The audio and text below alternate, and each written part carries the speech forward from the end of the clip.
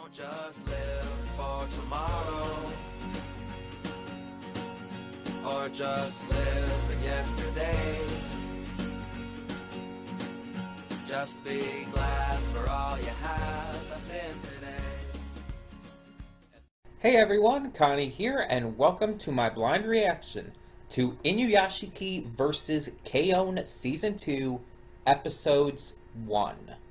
So, that's right, this is a special event kind of thing for the channel.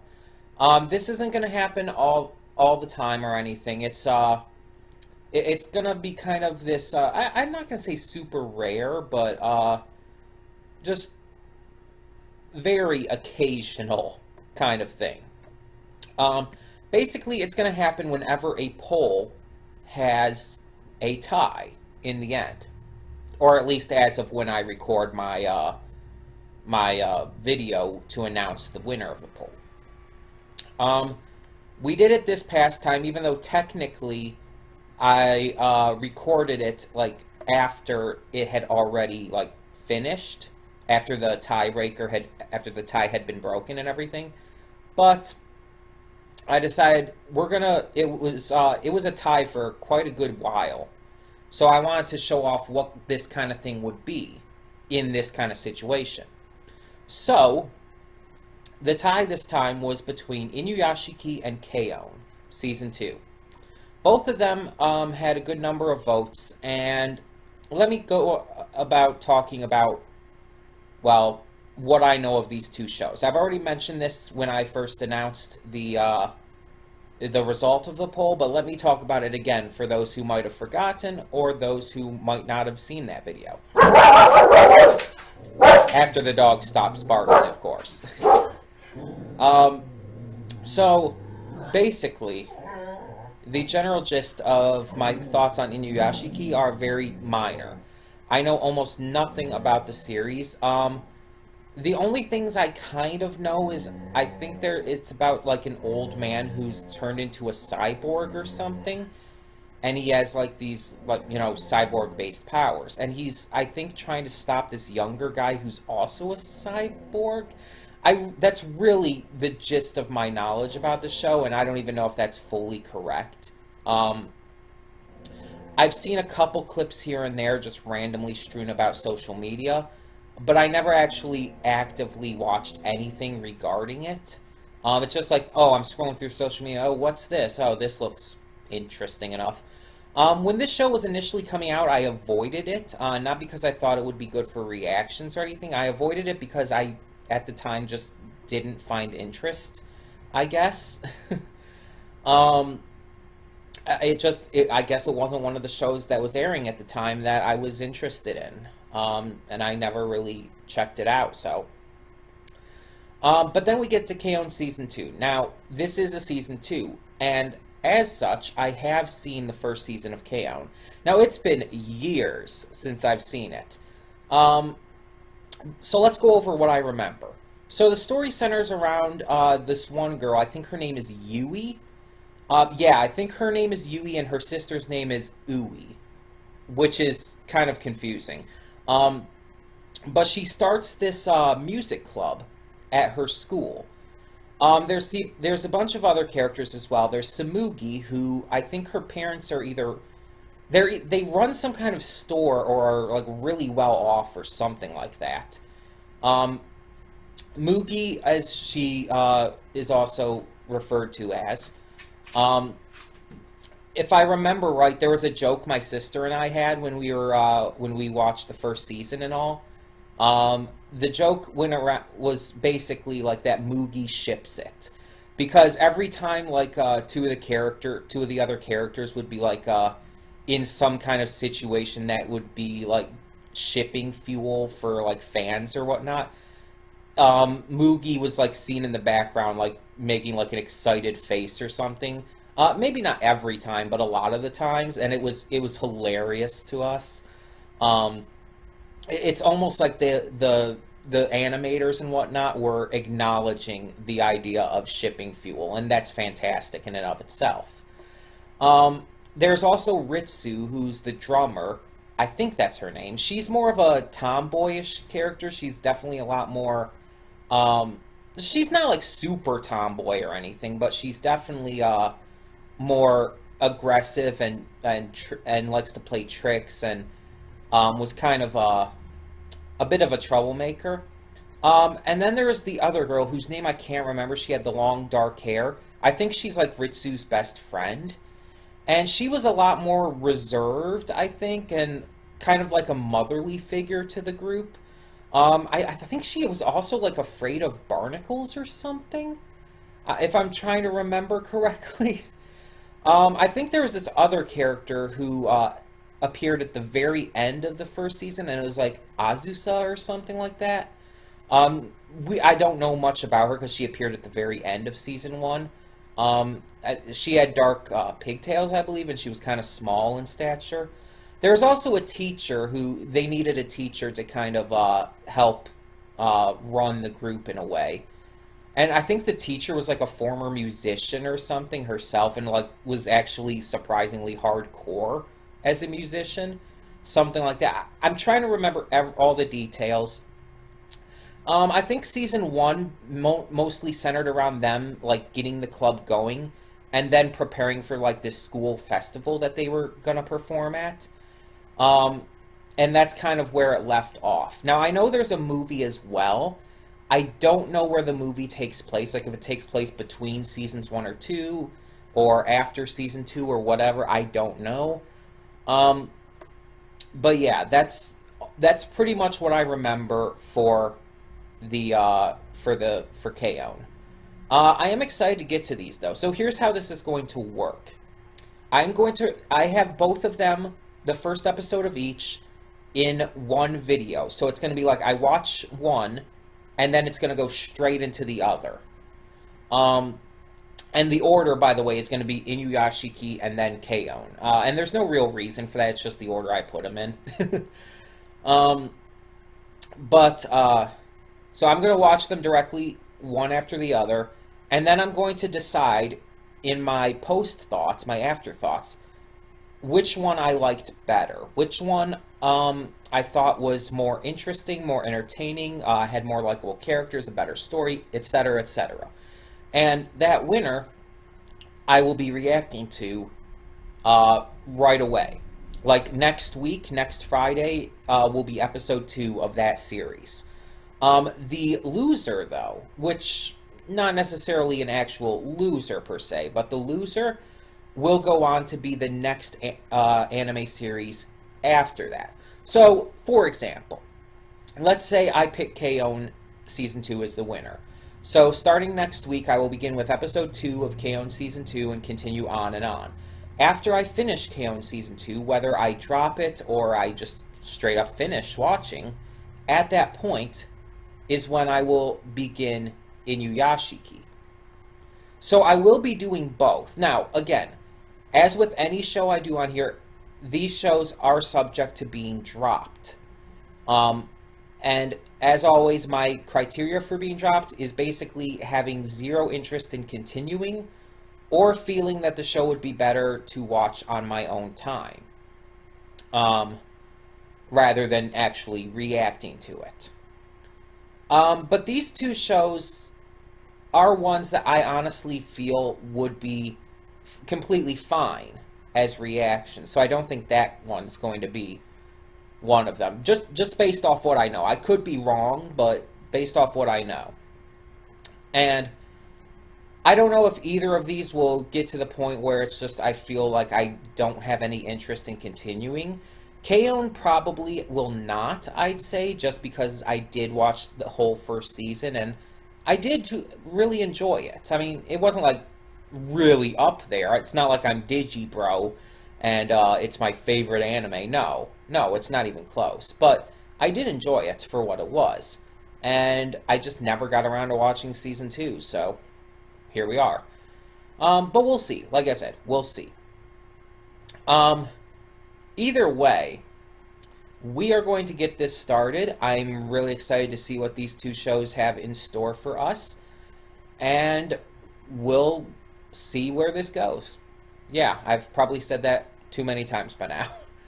So, when the screen fades to black, pause this redirect and go to the description below. Follow the link to the reaction, and after you watch it, come back here to the redirect and resume play. Because after it fades to black and then fades back in, everything from that point forward will be my afterthoughts and will contain spoilers to the episodes. So that being said, thank you so much for tuning in today, and I will see you at the reaction. Okay, and we are back, and we'll begin with spoilers in 3, 2, 1, now. Okay, so that was Inuyashiki versus K-On! Season 2. Yeah, and I enjoyed both of these. The first episode of both of these, but for different reasons. I'll go over each of them. How about that? So, Inuyashiki, the first episode of that. This was a very fantastic and in-depth story about an older man who's really down on his luck, who's really just living a terrible life, being given a second chance to make the most of it.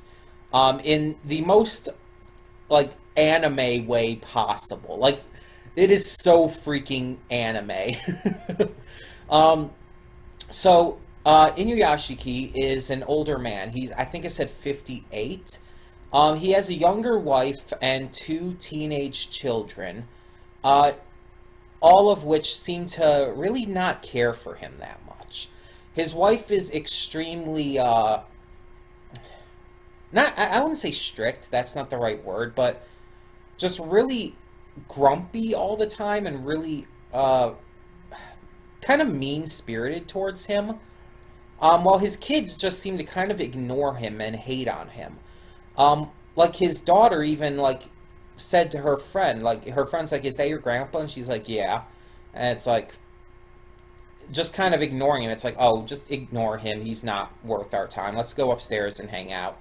And it's, like, really sad. And then there's all these people just messing with him, even unintentionally, like the guy on the train who was just taking up his armrest and all. Then you saw, like, just various people here and there. He ends up finding a dog who he just kind of instantly falls in love with and brings home to stay with them, and names Hanako. Hanako is adorable, by the way. I think Hanako's a Shiba Inu, but I'm not 100% sure on that. I don't know dog breeds that well, so... And I know cat breeds even less. So I'm not 100% sure. But I think that's supposed to be a Shiba Inu. Either way. So he is out walking Hanako one day, or one night rather, when he just kind of has a breakdown. He's just... He's sick of the way he's being treated. He's sick of his family kind of ignoring him and hating on him. Especially when he's trying to tell them, it's like, I have cancer, I'm dying. Like, the doctors say I only have a few months left, and they're just, like, not even letting him get it out. Not letting him speak. His children ignored his calls about it. His wife just was kind of being an ass and not even letting him speak about it, just complaining about his dog. And it's just like, so he kind of has a breakdown. He's holding Hanako there, he's crying, and it's really sad. The first part of this episode was building up how terrible his life has been for him. And it kind of gives us some precedence behind the way his character has been shown to be up to this point. He's very quiet, he's very resentful. He seems to, like, really just take it. He's kind of a pushover in a way. He's not willing to stand up and fight for himself and against those who are hurting him emotionally or even in some cases more physically. And it's taking a lot out of him, so he just needed to cry just to let it out. And Hanako was, of course, there for him. When he just, like, dropped Hanako's, like, leash and started running, Hanako was right after him. So that is a good dog. Good dog. Good doggy. Right, Piper? Good doggy. Piper's looking like, what? But then the entire focus of the anime changes. Um, we see Inuyashiki's on this hilltop crying, and then we see there's this other guy there, this younger guy, who's just kind of standing there. We don't know why. We don't know like what his deal is. He's just kind of standing there, and then all of a sudden, an alien spaceship hits and kills them out of nowhere. It's like a complete 180 in the tone of the series, because again, the first part of this was really just hammering in Inuyashiki's terrible life, and it was you could almost say it was a complete downer, but at the same time you really did feel for Inuyashiki, and it was written so well that it didn't come across as just something that was just overly sad and didn't really have any real content to it. You know what I mean? But then the alien ship hit, and it's extremely sudden, which is extremely well done. When you have something like this that completely changes the tone and style of a series, you want it to come out of... You either want to have it built up to properly to where it feels like it was properly foreshadowed, or you want to have it completely out of nowhere. Like 100% out of nowhere, to where it completely changes everything in an instant. But that's rare that can be done in a very proper way.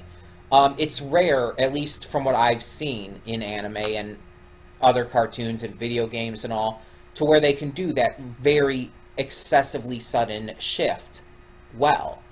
It's hard to do because if you're off, like with the timing of it, or if there's even just a little bit of the writing being off and the timing, and you know what I mean. If it's just off even the tiniest bit, it ruins the entire mood and feels forced and trite. But when you have it like perfectly handled, like Inuyashiki did in its first episode here, it feels really exciting. Like, it's like, oh, what did I just get myself into? What is this? It's like, it's that kind of feeling. So he's rebuilt, basically as a cyborg. Though he keeps all his memories, he keeps his emotions, his feelings, he still has the ability to feel things, too. Like, he can feel pain and heat and whatnot. They made that clear, which is an interesting thing to add in. So he's still the same person. He can still feel things. It's just he's also a cyborg with some weapons-grade enhancements, alien technology and stuff. Now, as I had said before watching this and all, I have seen a couple clips here and there, and I know that this young guy who was on the hilltop with Inuyashiki before the alien spaceship crashed into them, I know he is a cyborg as well. So I already know that the aliens did rebuild him as well, even though I hadn't said it in the episode. Though, to be fair, it is implied very heavily. But even though it hasn't strictly said, I know he is one of the main characters, and he's a cyborg as well. I don't know all the details behind it, though. So, Inuyashiki's, like, starting to learn that he has these abilities, and it's kind of freaking him out at first. But then he gets the chance to do something with them. He sees that there's this, like, homeless-looking dude being harassed in a park. And he's being harassed, and very violently so, by a bunch of teenagers. Like, very violently so. He's being harassed, and it's like, we get this context for who this homeless dude is, to make us feel for him. Even though he's probably not going to come back, or if he does, he's not going to be, like, a major character. I would actually be really surprised and honestly pleased if he did end up becoming a main character or even a large supporting role, but I don't think he will. But either way, we get this story to him. We don't know all the details, but he's been living homeless. Apparently, he recently got a new job and everything. He's getting a new, or he was either getting a new apartment or got one or something. I wasn't sure about that because he seemed to still be living homeless. But he said, like, oh, tomorrow I'm going to be going to live with my wife again. And it's like, they obviously were split up. But he did say wife, not ex-wife, so I assume they never got divorced. But either way, um, he goes off, and he's being attacked by them. And Inuyashiki's going to ignore it at first, but something takes a hold of him, and he just, like, I guess it's because he'd been realizing all these powers, and he realizes he feels like he can do something about this now. So he goes in and he tries to help, and he's not doing too much at first. And the teenagers start to get rowdy with him and start attacking him with baseball bats. And at one point, they basically think they killed him by, like, hitting him very fucking hard in the head. And they think that they snapped his neck and everything and they're like, just like, oh, whatever, he got in our way, doesn't matter. And that's fucking disgusting. Like, I mentioned it during the reaction and all, but it's like, I've seen, like, different anime and stuff where there are these, like, delinquent kids and stuff. But usually when they do something like this, they freak out and start to realize, like, oh, crap, we're going to get in trouble. We got to get out of here. But no, this time, they didn't care. They didn't give a shit. These little punk asses are evil. So they think they killed him, and so they go after the homeless guy again, and they're basically implying that they're going to try and kill him too. And it's like, holy fuck. But then Inuyashiki, like, I don't know if it's subconsciously or if he's barely conscious after that, but he shoots off these, like, almost like missile kind of things from his back. And they don't hit any of the teenagers, but land all around them, like destroying the ground and stuff. And the teenagers are freaked out, so of course they leave at that point. And so at that point, Inuyashiki, again, I don't know if he was doing it consciously, but he seems to be tapped into some kind of, like, database or something, because he got all of their information.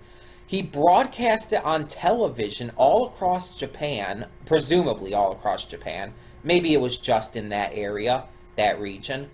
But he broadcast it all over the TVs. Not only the footage of them doing what they were doing, but also he was broadcasting their names, their information, all of this stuff. Yeah, basically what they were saying after, what the kids were saying, like, our lives are over. Yeah, and you fucking deserve it. You evil little shits. I'm sorry, they pissed me off.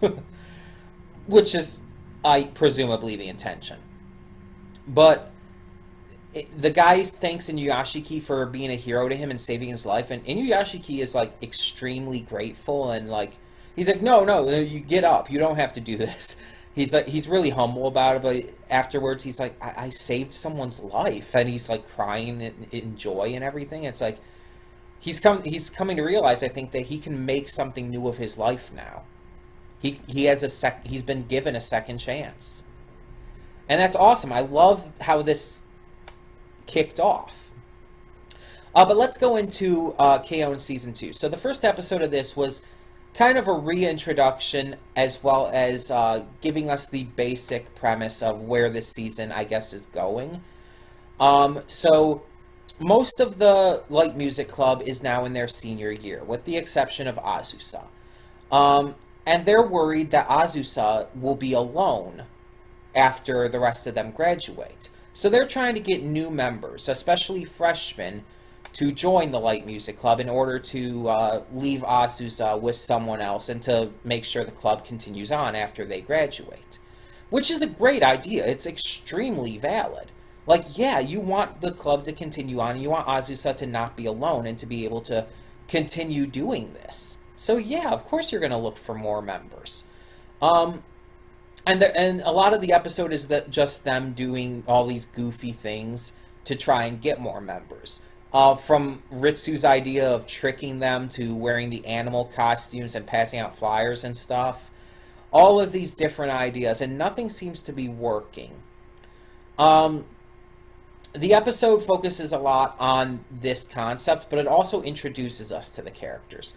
I mean, it gives us, like, legitimately just tells us their names again and, like, short descriptions of them based on Yui's perspective, such as Mugi being fuzzy and all of that, which was hilarious. um, and Mio being scared and shy and stuff. Just these short little things that tell us what these characters are like, basically.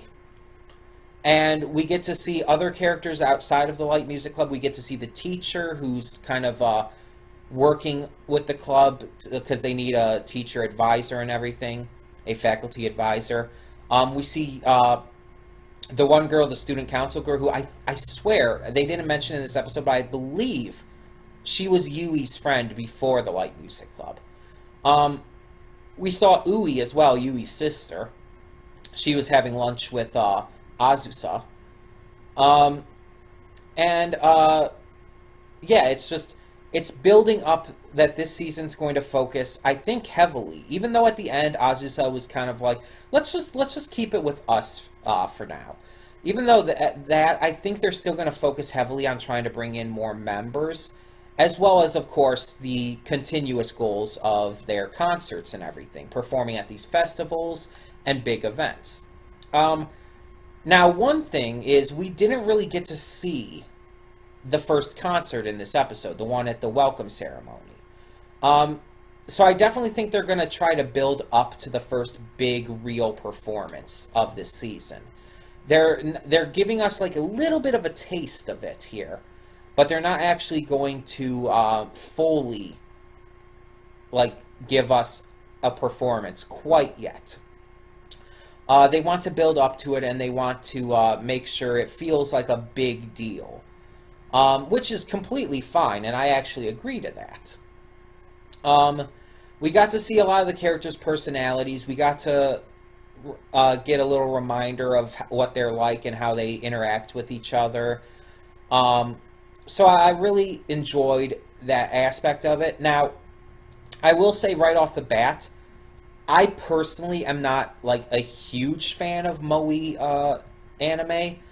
I never have been. Like, they're not bad necessarily, but it's not as much my thing. Moe anime is kind of one of those genres that is just like, oh, this is cutesy slice of life stuff. It's nice, it's fun, it's wholesome for the most part, yada yada. But it's not something that excites me. It's not something that grips my attention and doesn't let go, you know? And I think that's why I'm going to choose to watch Inuyashiki first. Because while I did enjoy the first episode of K-On! Season 2, don't get me wrong, I did enjoy it. I think that just because of the moe factor in it, and just the fact that moe isn't as much my thing, Inuyashiki was a lot more exciting to me. It was a lot more interesting and impactful based on its first episode. That might just be me. If you prefer the moe stuff, if you really like the cutesy moe stuff, that's completely fine. But I really loved the first episode of Inuyashiki here. I thought it was just phenomenally done. And I can't wait to see where it goes from here, especially if that was considered not as good as the rest of the series. Like, if that was the not good stuff for this series, then this is probably going to be amazing. But you never know. You never know. Either way, so yeah, Inuyashiki we are going to start with. We're going to do that first, and then after I either drop it or finish it, whatever happens, we will be moving on at that point to K-On! Season 2. So there won't be a pull for a while unless I end up dropping both shows, which honestly at this point I think is pretty unlikely. But you never know. You never know. Don't discount it. But I'm going to say right now, I think at least Inuyashiki is going to... I think I'm going to finish that one. Especially since it's, again, only like 11 episodes or so.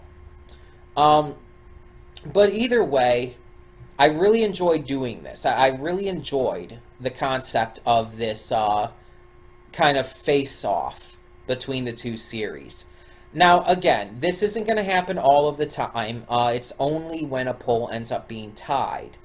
I only went back this time to the poll like the day before it actually finished to get that tie, just because I wanted to show off like what this kind of thing would be like.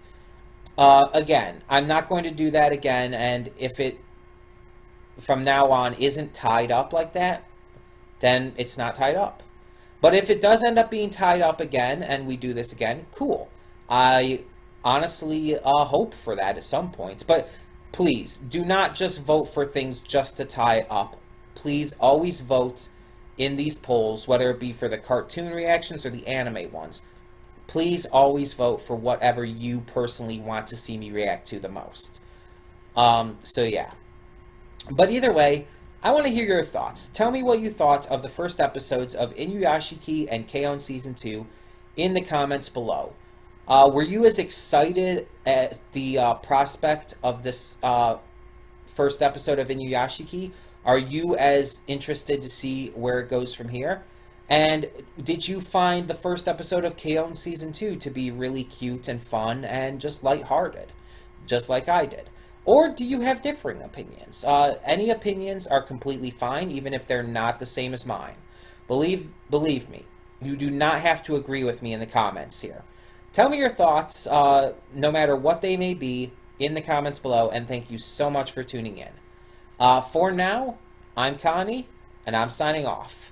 See y'all next time. And though you've come through many obstacles,